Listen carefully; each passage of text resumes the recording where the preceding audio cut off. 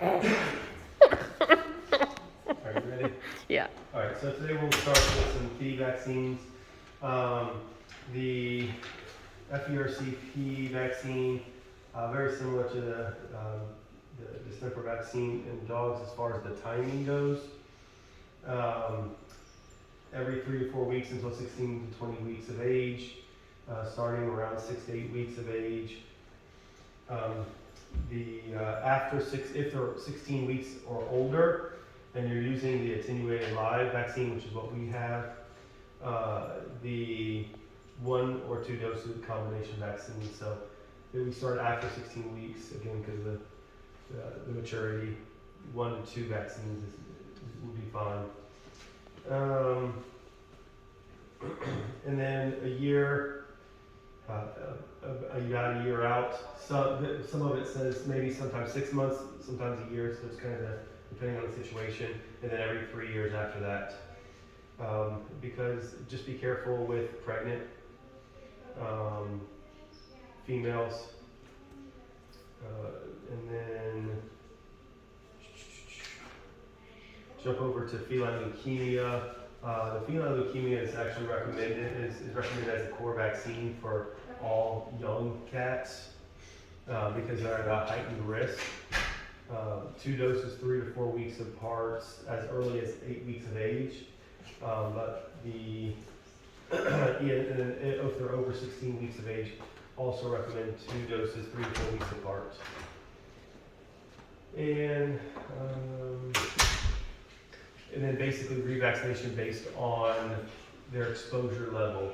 Like I said, it is recommended on a core vaccine for kittens and young adults under a year of age because they have an age-related susceptibility.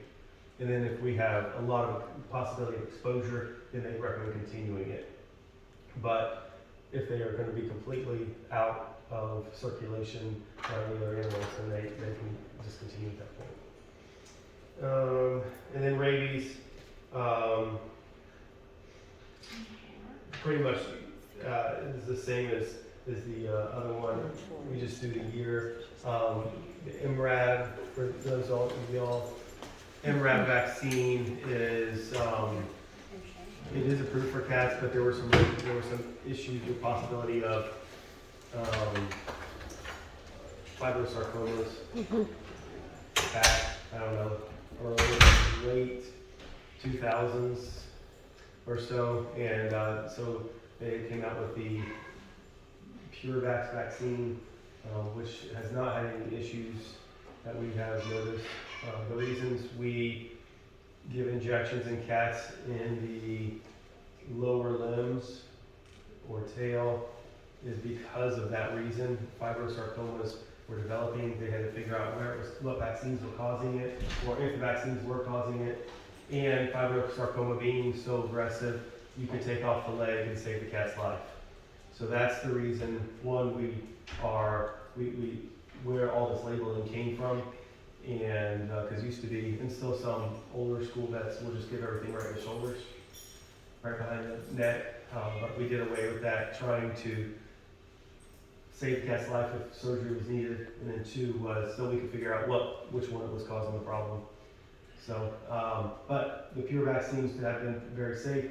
They do make a 3-year. It's super expensive, so we don't really carry it. The cats need to come in once a year anyway. So we just do the rabies once a year, FERCP every 3 years as adults, and then the feline leukemia kind of as they're exposed. All right. If lifestyle changes, because you know how cat owners can be, where if there's nothing going on, they're strictly indoors, they don't come in for vaccines for a while. Lifestyle then changes. Do they, at what point do you recommend a series again, repeating the series, if they've had an initial distemper? Feline leukemia of FERCP. Well, based on the FERCP's recommendation, anything over 16 weeks of age that has not been vaccinated can get either 1 to 2 vaccines. So the fact that it's already had a series, probably just 1 vaccine, I would assume would be fine. Unless it's really exposed. You know, if they start a cattery or something, then maybe 2 would be beneficial. We kind of just did a little bit on that. Now, these are not the recommendations for catteries.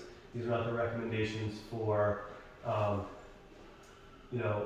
like the Humane Society or something like that. I didn't go through all that because that's not what we do, but just so you know, these are for typical home situations. Everybody good? Mm-hmm. All right. Yep. Thank you. No problem.